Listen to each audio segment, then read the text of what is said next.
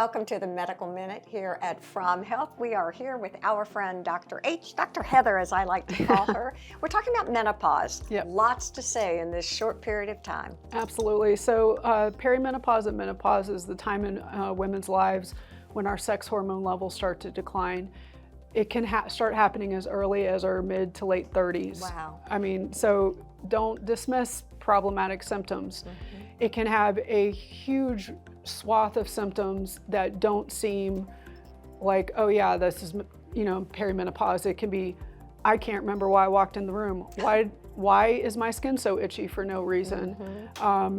Where's my libido? Where's my libido? Yeah. Where's my muscle mass? Right. Like, things like if your body's not operating the way that you're used to it operating, let's take a look, see what we can do. So here at Fraum, one of the things we talk about all the time is personalized health care. What are things that set you apart?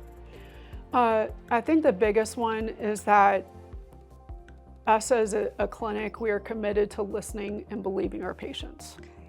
That's huge. Huge. And furthermore, I strongly believe that nothing is ever hopeless. There is always something that can be done.